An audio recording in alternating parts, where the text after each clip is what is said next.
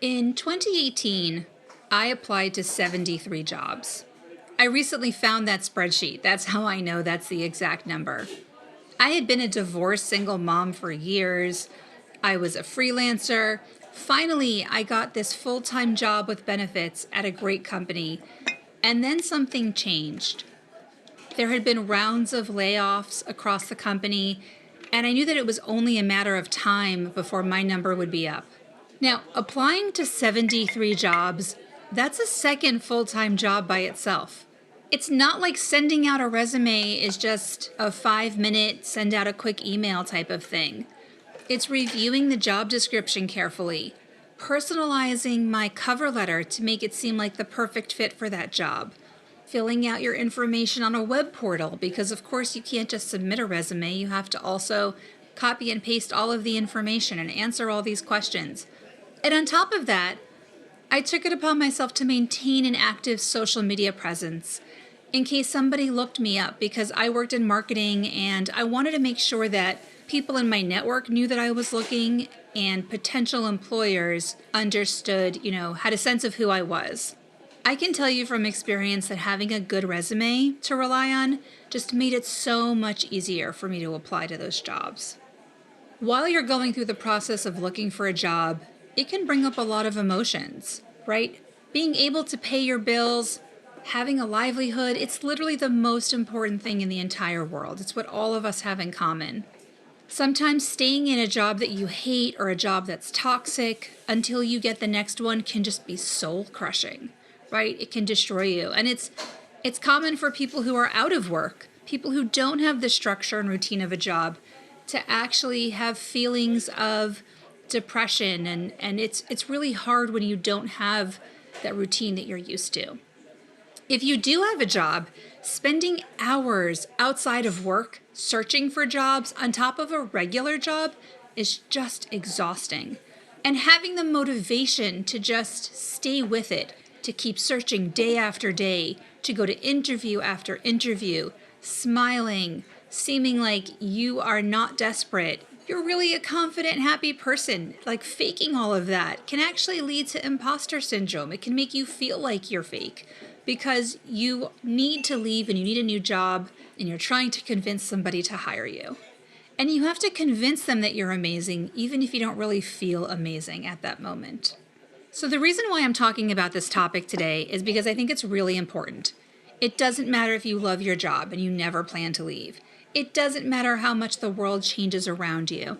It doesn't matter if you don't have to work. There may come a time in your life where, due to unexpected events, you need a resume and you have to find a job, right? We know that nothing in life is certain. So I want to share with you a couple of tips that have helped me make my resume better and that I share with my friends and family when I help them work on their resumes.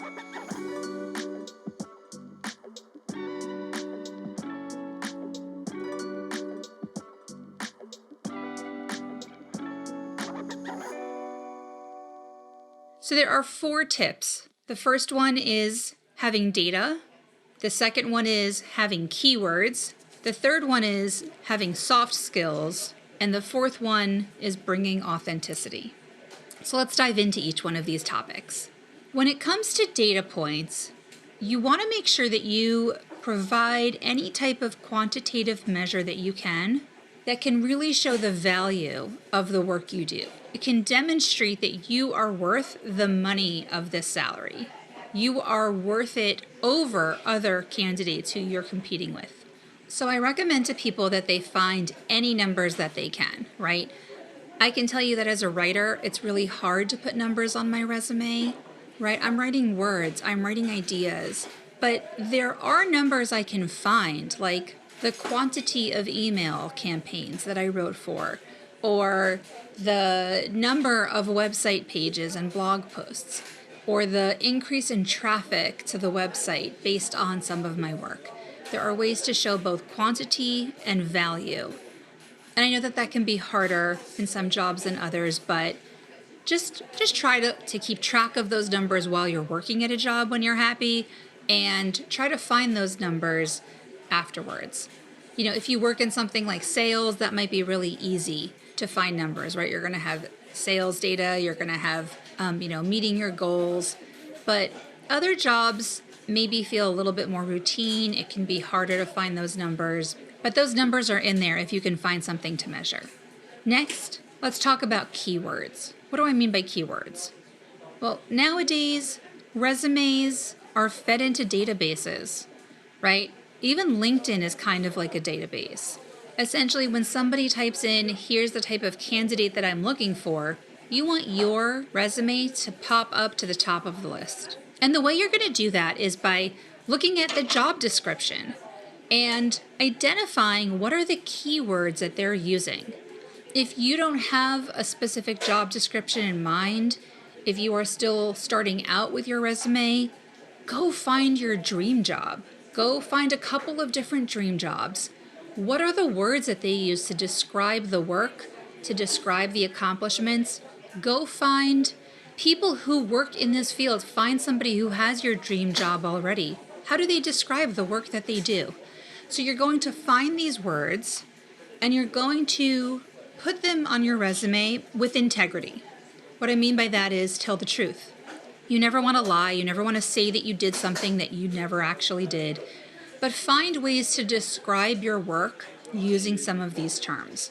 When I talk about keywords, I also want to explain what those are, right? Those can be things like types of strategies, types of metrics, maybe some insider terminology that people know and use when they're in the field. And you never want to bunch those words up. You want to sort of sprinkle them throughout your resume so they seem pretty natural. And then one thing I like to do is that as I apply for more jobs, I find a couple of new keywords on every job listing. And I keep adding those keywords in to just keep improving my resume and improving how my resume is filtered through the system. It also can really help if you use those keywords to reframe your work through the hiring manager's eyes, right? The hiring manager is probably the one who wrote that job description. They've described to you what they're looking for in an ideal candidate. So how can you use that language to turn it around and demonstrate, look, I am your ideal candidate? Your goal is to make sure that your resume feels like it matches the job listing, as well as helping that resume algorithm pick your resume out of the pile. Next, I want to talk about soft skills. If you're not familiar with this term, soft skills are how you interact with people on a job and how you get things done. It can involve things like teamwork, problem solving, communication, your ability to adapt to change, critical thinking, time management, and other interpersonal working styles. When you include soft skills in your resume, it actually can show that you can handle things with tact and diplomacy. It demonstrates that you can build relationships.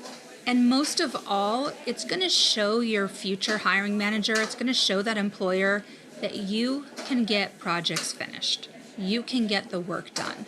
You might have two identical resumes, but if one of them feels more like that person can accomplish goals, they can work, and they can do the work well, that's going to be the resume that they're going to pick. For our last tip, I want to talk about authenticity. Being authentic in your resume. It's really important that you don't use a fake personality. Don't try to be something that you're not. Don't be overly confident or funny or sarcastic, but also don't make yourself seem like a robot. Try to be yourself. Try to find elements of yourself that you can include.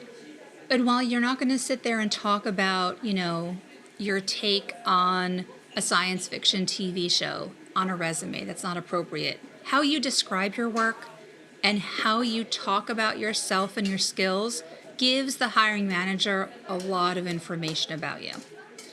I want to leave you with just a few last tips. First, always use spell check.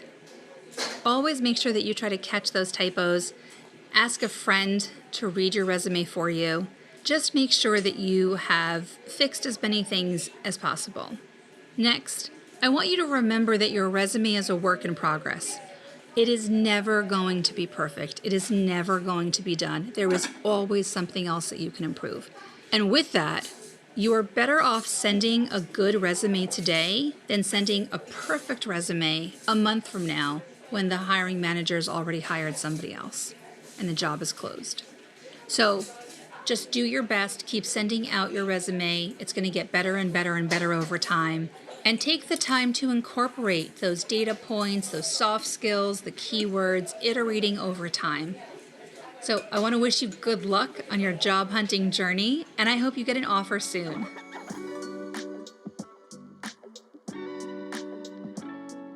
Thanks for listening to the Pro Writing Coach podcast. I hope today's episode helped you learn how to write and communicate just a little bit better.